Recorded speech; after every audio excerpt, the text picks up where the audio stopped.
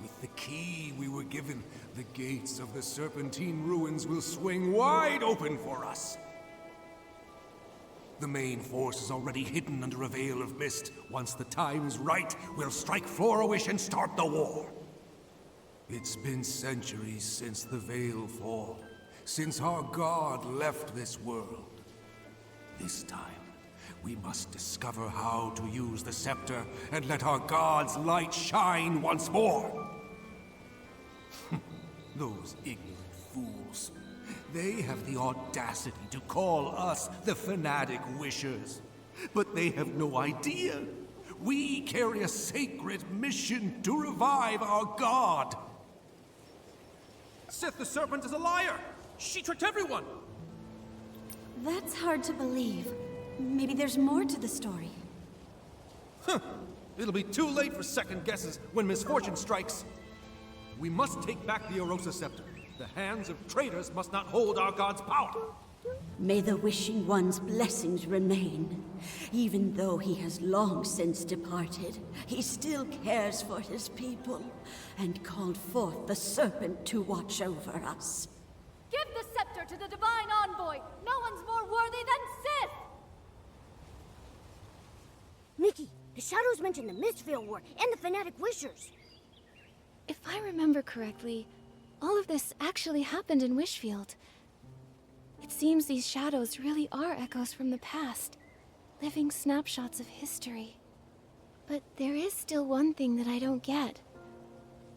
Why are they always talking about the Serpent? From the sound of it, the Serpent named Sith was alive during the Mistveil War. Well, if you can call it alive. She disguised herself as the Wishing One's divine envoy, as a means to get a hold of the Arosa Scepter. And after that, she even murdered someone.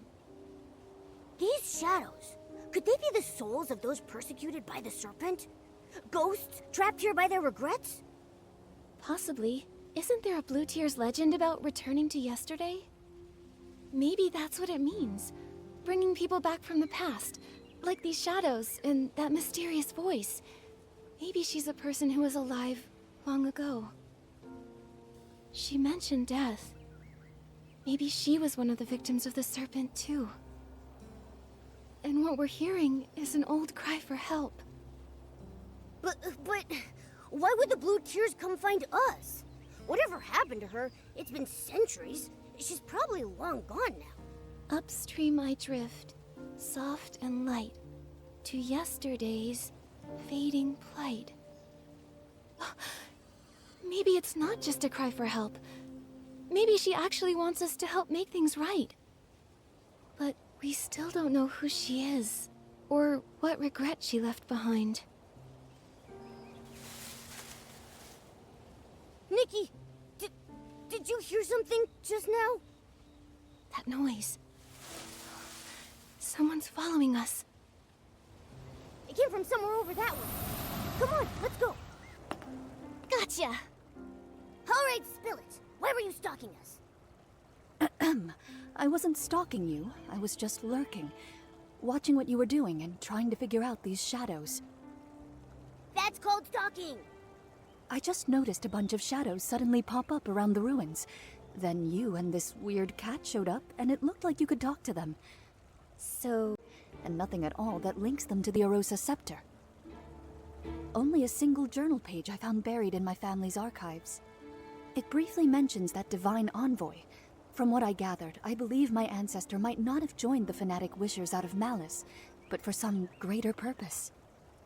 Nikki, I happened to overhear you speaking to the shadows earlier. So I'd like to ask for your help. Hold up. How do you know Nikki's name? How long were you eavesdropping for? All of it? The things you've discovered are incredibly valuable. I was actually planning to include it in my thesis. I'll list you in the acknowledgements, of course. That's tempting, Phoebe. Actually, I've also been investigating a mysterious voice that may be linked to that so-called divine envoy. Maybe we can team up. Amazing. Who knows? I might be able to uncover the voice's identity from historical records. Then you can help me prove that the Forgotten Ghost was actually someone remarkable. In that case, Nikki, I'd make you a co-author on my thesis. What about me? Me! Of course, and Momo too. I can't wait to start working with you both. Nikki, I've cross-referenced several locations where the shadows are gathering in large numbers. I found that many of them overlap with key sites from the Mistveil War. So, based on that, I made some educated guesses about where else the shadows might gather. Let's start right away. Observed, blue fireflies tend to gather around the shadows. They could lead the way. Nikki, look! The blue fireflies are moving! Let's follow them! It shouldn't be far now. I wonder what we'll discover. I'm sorry, Alicia. I didn't mean to bother you. I just wanted to quietly leave these 2 sprigs of soft daisies at your door. My sister headed out early this morning, after you defeated the monsters in that area. She said she was gathering materials for the Wimancer to patch up some clothes. I was just thinking, if there's anything you need, just say the word. We can't fight monsters like you do, but we can help collect materials. Oh, I totally forgot about mending clothes. Don't worry about it. And please thank your sister for me. The flowers she picked are absolutely beautiful. You... Of course I remember. I remember the path to the riverside was blocked too. I'll figure something out. About your sister's eyes, and those monsters. There will be a way. That voice... Nikki, that's the same mysterious voice we heard by the lake! So, that was Alicia. The one killed by Sith the Serpent. That voice we heard must have been left behind after she was attacked by Sith. From the sound of it, during the Mistveil War, she was a hero to many. No, hero might not be the right word. The war brought terrible suffering to innocent people, but because of those like her, hope could still live in their hearts. What a tragedy. Someone like her was taken by the Serpent. Nikki, do you think she was so well-loved back then? That maybe Phoebe can find her in some of the history books? Maybe. And if we can figure out what kind of life she had, maybe we'll understand what kind of regrets she had. Then we can help her in the present. Also, she was called a Wimancer. That's a weird title. Do you think people made it up back then because the fanatic wishers didn't like the term stylist? Let's ask Phoebe when we see her. Strange.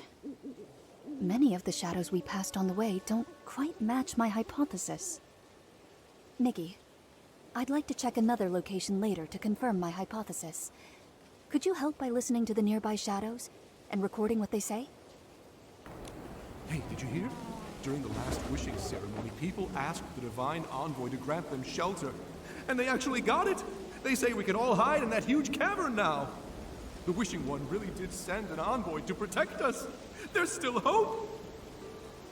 Divine Envoy. When the Silvergale left us for good, my children were taken too. Now that the prophecy has returned, maybe they're on their way home too. Please plant a lamp bloom for them. That way they can find their way back. A wishing ceremony. I guess there are some wishes even the Wishing One can't fulfill. And the Divine Envoy was actually the Serpent in disguise! But the Serpent did build a shelter for them. She tried to make their wishes come true. Was that all really just to win people's trust? Also, something a shadow said earlier was kinda strange. It was like they'd actually been there, back when the Wishing One still roamed the land as the Silvergale. We really need to tell Phoebe about all of this. Hey, is he okay? He keeps talking to that scaled bracelet, laughing and crying, like a conversation. That bracelet, doesn't it look just like the Divine Envoy's scales? You don't know the story. He and his little brother fled here together, but they ran into a monster along the way. His brother threw himself in front of the attack. A few days ago, he volunteered to help haul supplies, and the Divine Envoy gave him that bracelet. She said it would bring him protection. He returned and broke down in tears, saying that maybe if he'd had that bracelet earlier and given it to his brother, maybe he'd still be alive. Nikki, they mentioned the scale bracelet. Could it really be that Sith made it from her own scales? That she made it to protect people? But she's not even a real Divine Envoy. Why would she do that? If it was just about gaining people's trust, they already believed she was a Divine Envoy. Everyone believed in her. She didn't need to do something like that. Unless she was up to something. But he seemed just like an ordinary person. No way she did all this just to be nice, right? Wait, didn't Deanna also lose a scale bracelet? You don't think the two bracelets are connected somehow, do you? Momo, let's head to the lakeside and ask her. Before we head back to Phoebe, let's go ask about the scale bracelet. Looks like everyone nearby has been told. One more time, let's circle the lake, just in case anyone's in trouble. Deanna, what are you muttering about? Oh, Nikki and Momo. It's kind of a long story. Not long after you two left, a bunch of strange shadows started appearing around the Blue Tears, so I figured I'd hang around, just in case. Why are you two back here? Well...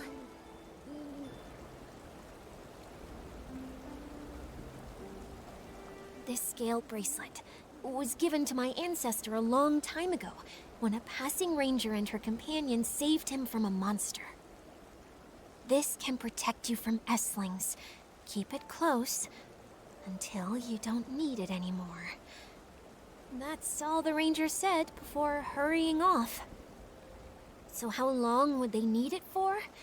For generations, this remained unanswered. Back in that age of disaster and chaos, who wouldn't want something like that? Exactly! A life-saving item? You'd never let it go. But when someone else collapsed right in front of my ancestor, that's when he understood. The apocalypse shattered the old ways of life, like a storm or a wildfire. Everyone got swept up in it. No one could stand against it alone. The ranger couldn't save everyone, neither could my ancestor, but at the very least, he could save the person in front of him. Since then, that bracelet has been passed along, and our family began to travel. They went from one country to another. The more suffering they witnessed, the more they realized how much more suffering there was, in places we couldn't see. For one bracelet, that's very profound. Oh, I didn't want to burden you before, so I didn't tell you. I grew up hearing that story often. I dreamed of becoming someone like that ranger, someone who could give others strength. To me, she felt like a faraway friend, like a star in the sky. I always wondered, all those centuries ago, what kind of person was she, and where did she travel? My family believes the bracelet is meant for whoever dares to go the farthest, where danger lurks in the unknown. Before my grandmother passed, she gave it to me and encouraged me to start my own journey. That's why I came to Wishfield. I wanted to learn more about the ranger. This is where she came from. But these past few days, I haven't had much luck. What's her name? Maybe we've heard of her. Alicia. Ranger Alicia, and her friend, Sith. Wait, Sith? You mean Alicia and Sith the Serpent were friends? Deanna, when your ancestor met her, was Sith a giant serpent? I've never heard anything like that. If she was a giant serpent, I'm sure my ancestor would have mentioned it. But the bracelets are the same, and have the same power. Just One was given by Alicia, and the other by Sith the Serpent. What exactly was their relationship? Were they allies? Or enemies? That era was so long ago. Most of its history has been lost to time. I've been here for so long, and until you showed up, I hadn't heard a single word about Alicia. But you've uncovered a lot. I'm sure you'll figure it out. You're right. Come on, Momo. Let's check out the rest of the shadows nearby. Good luck! And please, if you do discover anything about Alicia, promise you'll tell me. You can find me at the Meadow Wharf! Investigation complete. Nikki, let's go back and talk to Phoebe about everything we've discovered.